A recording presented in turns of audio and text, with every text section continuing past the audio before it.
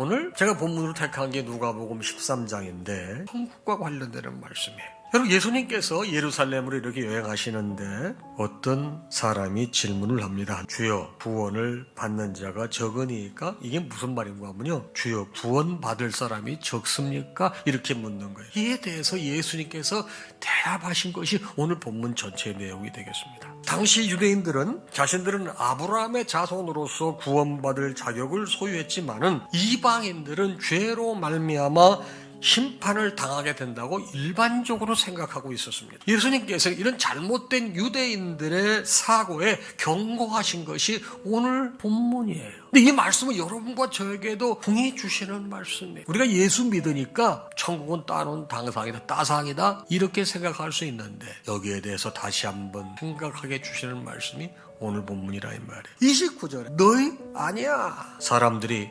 동서남북으로부터 와서 하나님 나라의 잔치에 참여한다. 여러분과 제가 천국 잔치에 참여하려면 어떤 자세를 가져야 되느냐. 집주인이 일어나 문을 한 번 닫은 후에 너희가 밖에 서서 문을 두드리며 주여 열어주소서 하면 그가 대답합니다. 나는 너희가 어디에서 온 자인지 알지 못하노라. 천국의 문, 복음의 문이 닫힐 때가 있다는 거예요. 성도는 신앙생활하면서 천국의 따상이 아니고요, 닫힐 때가 있다는 것을 기억해야 돼요. 사랑하는 여러분, 천국의 문이요, 언젠가는 닫힐 때가 있다는 사실을 염두에 두고 우리가 신앙생활해야 됩니다. 두 번째가 뭡니까? 여러분, 천국 문에 들어가려면요, 좁은 문으로 들어가기를 힘써야 돼요. 좁은 문으로 들어가기를 힘쓰라. 내가 너희에게 이르노니 들어가도 구하여도 못하는 자가 많겠다고 그랬습니다. 천국의 문이 열려있을 때 그 문에 들어갈 수 있도록 최선을 다하라, 그 말이에요. 그런데 그 문이 무슨 문이에요? 좁은 문이에요.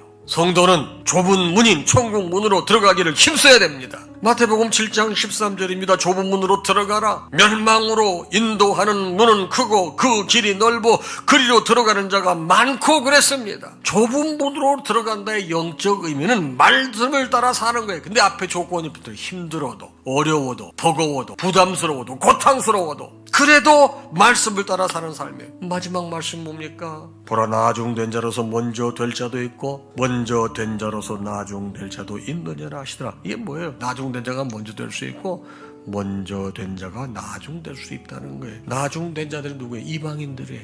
먼저 된 자들은 누구예요? 유대인들이에요. 유대인은 선민의 자부심이 대단했어요.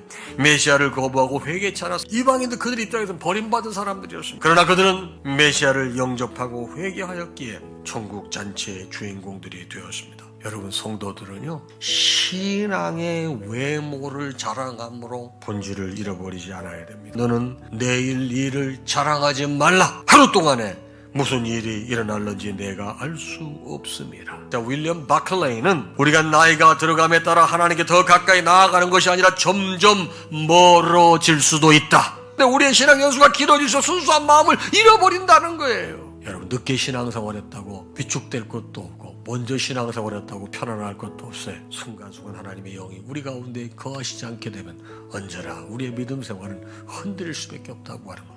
오늘도 말씀으로 도전받으시고 위로받으시고 또 깨달으셔서 바로 말씀의 사람이 되시기를 주님의 이름으로 축복합니다.